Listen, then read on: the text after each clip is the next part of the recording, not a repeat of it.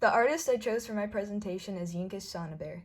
So to start off with some biographical information that will be helpful in understanding his artwork, I would like to start out by saying that he is a contemporary artist that has had his artwork featured in multiple museums, including the Museum of African Art in Washington, D.C. He was born in 1962 in London, United Kingdom. When he was 3 years old, his family moved to Nigeria. Later, when Shonibare was 18, he moved back to London to study fine arts at the Wimbledon College of Art. While there, he was diagnosed with transverse myelitises, which caused the artist to be paralyzed. After 3 years of recovering and eventually learning to walk again, Shonibare began attending the Byam Shaw School of Art in London. He graduated, but because of his transverse myelitises, he found it difficult to walk and he had to use a wheelchair. Being in a wheelchair inspired some of his artwork. Additionally, Yinka Shonibare's artwork was inspired by his biracial background. He was biracial and grew up in the UK and Africa. He faced many stereotypes because of his race, which inspired some of his artwork. The Double Dutch was painted by Yinka Shonibare.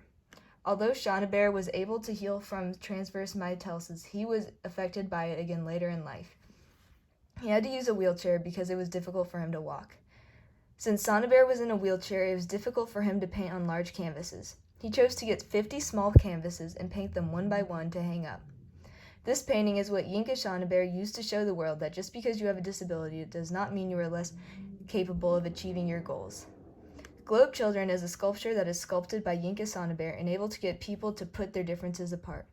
Because Shonibare was often affected by stereotypes based off his race or disability, he worked a lot in his career to bring people together. There is a great divide between people who believe that climate change is an issue that needs to be addressed and people who does not believe it needs to be addressed.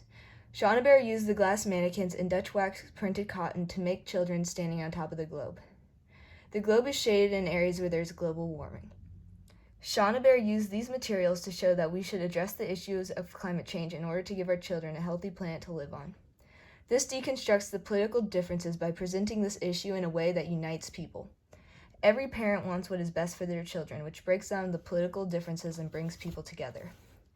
Diary of a Victorian Dandy is a series of 5 photographs. In these pictures, Yinka Shonibare poses as a dandy among Caucasian people. In social classes, African Americans are disproportionately in the lower classes, while Caucasians are often in the upper classes. He is showing us that race should not be a factor in social classes. Since this artist was affected by stereotypes surrounding his race, he wanted to show people that they could look beyond that. By posing in this photograph with other Caucasian people, he is bridging gaps